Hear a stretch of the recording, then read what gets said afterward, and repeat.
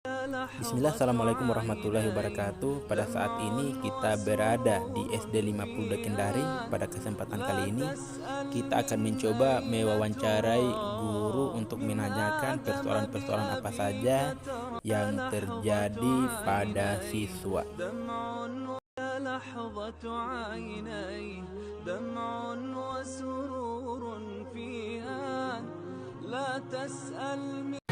Bismillah, Assalamualaikum warahmatullahi wabarakatuh. Sebelumnya perkenalkan nama saya dan Setiawan, NIM 2202297. Jadi pada kesempatan kali ini mungkin kami ingin menuntaskan apa yang telah diberikan, menuntaskan tugas apa yang telah diberikan oleh guru pengarang mata kuliah, yaitu penilaian kelak. Mungkin di sini kita bisa langsung saja. Sebelumnya mungkin bisa diperkenalkan nama, di sini posisinya kita memegang kelas berapa? Ya, Assalamualaikum warahmatullahi wabarakatuh. Waalaikumsalam. Nama saya Siti Margawiya Tarigara SPD. Saya guru kelas 1C SD 81 Kendari. Mungkin kita sampaikan pertanyaan. Ya. Mungkin dalam menangani kelas 1 ini kan bisa dikatakan ini transisi, ya. Mungkin dari TK kemudian masuk SD. Jadi dari TK ke SD ibaratnya ada beberapa tantangan begitu. Yang ibaratnya apa? Yang mungkin guru di sini perlu beradaptasi dengan itu. Kan kita ketahui bahwa TK ini dominannya dia bermain. Kemudian pas dia masuk ke SD di sini mungkin ada penekanan, dia harus mungkin belajar. Jadi dari ibu sendiri kira-kira bagaimana menjelaskan itu dulu? Terima kasih atas waktu dan kesempatannya. Saya sebagai guru kelas 1 sudah itu mungkin yang menjadi suka dukanya menjadi guru, ya. Saya kan pegang menjadi guru itu sudah pegang dari pertama itu dari kelas 2 sampai kelas 5. Kebetulan guru kelas 1-nya pensiun, maka saya dibawa di kelas 1. Berarti alhamdulillah mungkin saya dianggap bisa atau mampu menangani anak kelas 1. Dan alhamdulillah sekarang sudah hampir 3 tahun saya pegang kelas 1 alhamdulillah. Alhamdulillah itulah karena kelas 1 itu ada yang sudah dari TK dan ada pula yang belum sama sekali mengenal bangku sekolah. Biasa kan banyak yang dari kalangan masyarakat yang berbeda, terutama mereka yang tidak mampu menyekolahkan anaknya. Itulah yang menjadi tantangan. Mereka itu masuk sekolah kelas 1 yang pegang pensil belum tahu itu, Pak. Jadi disitulah kami punya alhamdulillah dikasih kemampuan untuk bisa mengendalikan diri, menyamakan anak-anak yang sudah dari TK dan yang belum pernah sekolah, yang tidak TK.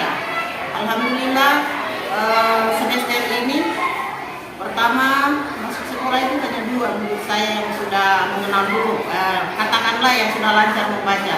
Tapi alhamdulillah ini mereka sudah hampir 100% sudah bisa membaca, walaupun belum lancar seperti temannya yang dulu itu. Itulah tadi karena mungkin kita pendekatan sama anak-anak itu, pendekatan dan mereka itu ada yang cengeng di sekolah, ada juga yang sudah pintar dan ada yang masih takut. Itulah kami punya kelebihan mungkin sebagai seorang guru kelas 1, mengadakan pendekatan secara individu dan mengadakan kolaborasi dengan orang tua murid, karena apapun hasil yang kami dapat di sekolah itu kami harus lakukan kemajuan dan perkembangannya kepada orang tuanya, terutama mereka yang sama sekali lambat dalam pertumbuhannya.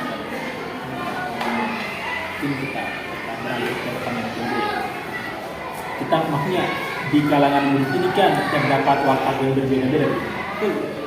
Ada mungkin ada yang nakal, ada yang ribut, kemudian ada yang ingin menunjukkan dirinya. Pokoknya berbagai macam watak di situ. Terlebih lagi anak-anak. Jadi bagaimana ibaratnya strategi yang digunakan untuk ibaratnya mengatasi perbedaan watak tersebut, mungkin agar anak ini ketika mungkin lagi belajar sebagian bisa fokus, bisa mendengar. Terlebih lagi anak-anak itu kan tidak mudah. Terlebih lagi anak kelas 1 itu kan tidak mudah. Agak susah begitu. Nanti kita minta pendapat tersebut. Saya punya strategi itu Pak di dalam proses belajar mengajar. Setiap harinya saya pisahkan anak-anak yang belum bisa menulis, kemudian yang sudah pintar, yang katakanlah yang sudah lancar membaca dan menulis, saya pisahkan. Kebetulan di kelas saya itu ada namanya pojok baca, itu yang belum bisa membaca saya kasih masuk di situ, kemudian mereka belajar bersama. Kan ada beberapa orang di kelas saya itu ada sekitar 5 orang, mereka yang baru mengenal menulis itu orang dulu. Jadi saya kasih satu kelompok dua mereka. Nah ini yang sudah pintar saya kasih secara umum, mereka sama saja ya. Nanti beberapa hari kemudian setelah saya lihat ada perkembangannya, maka saya kasihlah pelajaran secara bersama-sama. Mungkin yang ingin saya tanyakan mungkin kalau kan di sini ibu juga masih sudah mengajar. Ketika mungkin ibaratkan anak tersebut mungkin setelah ibaratkan melakukan uang, ternyata ibaratkan ada pertimbangan memang anak ini ibaratkan harus lulus dan tidaknya. Kira-kira bagaimana ibaratkan tanggapan ibu? Mungkin anak ini apakah layak diluluskan atau tidak? Mungkin walaupun katakan anak tersebut baik, tetapi kemampuan intelektualnya itu tidak memadai. Tapi bagian di sisi lain anak ini memiliki kemauan yang keras untuk sekolah, tapi kemampuan intelektualnya kurang. Kira-kira bagaimana? Ya, kita sebagai guru, karena pada dasarnya manusia itu kan ada kelebihan dan ada kekurangannya. Dalam menilai anak sekolah itu tidak bisa kita berpatokan kepada pengetahuan intelektualnya saja, keterampilan pengetahuan. Di sisi lain itu ada keterampilannya, dia bodoh dalam menulis dan membaca, katakanlah pengetahuan, tapi siapa tahu dia bisa bernyanyi, dia bisa menggambar, dia bisa menari. Jadi ibu kasih nilai plus di situ, nilai yang lainnya itu. Jadi tidak fokus kita menilai pada penilaian pengetahuan, karena sekarang kita kan masih pakai kurikulum K13 itu ada 4 penilaian. Ada penilaian sikap, ada penilaian sosial, ada penilaian keterampilan dan pengetahuan. Jadi tidak adil lah kalau kita hanya nilai pengetahuannya saja. Selama anak ini masih mau belajar, datang lagi ke sekolah, maka ibu guru pasti kasih naik kelas, karena banyak penilaian bukan hanya pengetahuan. Ini mungkin pertanyaan terakhir. Bagaimana mungkin ibu memandang ibaratkan kondisi anak-anak sekarang ini? Kan kita bisa dikatakan anak-anak sekarang ini hidup di kondisi di era zaman digital, berbeda dengan zaman yang ibu, di mana mungkin ya serba manual. Jadi ibaratkan metode mungkin mulai dari hukuman, kemudian bagaimana cara guru menuju siswa, itu kan maksudnya berbeda. Kira-kira tanggapannya ibu ibaratkan bagaimana? Ya, karena saya memegang kelas 1, hukuman apa juga yang mau diberikan sama anak kelas 1, karena mereka itu masih istilahnya masih seperti anak TK lah ya, kelas rendah. Jadi ibu mengadakan pendekatan terhadap anak-anak itu saja.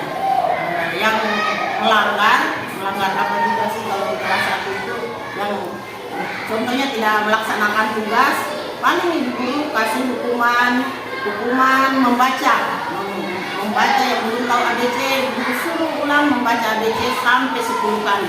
Ya, kalau yang belum belajar membaca, sudah masih ragu-ragu untuk membacanya, masih kurang lancar, disuruh membaca sampai 3 kali ulang. Mungkin lebih ringan itu dibandingkan pada zaman itu. Iya, kalau kita zaman dulu kan fisik toh kebanyakan. Ya, sekarang tidak boleh lah, karena nanti ada Komnas HAM, kita dilapor lagi sama polisi, kasihan lagi guru lagi yang disalahkan. Padahal tujuan kami itu kan tujuan kami adalah mulia untuk mendidik anak bangsa supaya pintar, ya, mencerdaskan anak bangsa. Saya kira itu saja yang sebagai guru kelas 1 memang tidak mudah menjadi guru kelas 1. Kalau saya bandingkan waktu saya pegang kelas 5, mereka sudah pintar semua, membaca menulis, kita jelaskan materinya, kasih materi sudah. Tapi kelas 1 juga ada yang menangis, ada yang tidak tahu mau menulis, ada yang lari-lari, ada yang jalan-jalan. Ya, bagaimana saja kita pintarnya, kasih enak perasaan, membuat merasa seperti kita menghadapi anak kita sendiri. Gitu. Mungkin saya kira mungkin sekian ya wawancara kita mungkin dengan guru kelas 1 SD. Ya mungkin saya kira mungkin cukup, kurang dan lebihnya mungkin mohon dimaafkan. Assalamualaikum warahmatullahi wabarakatuh.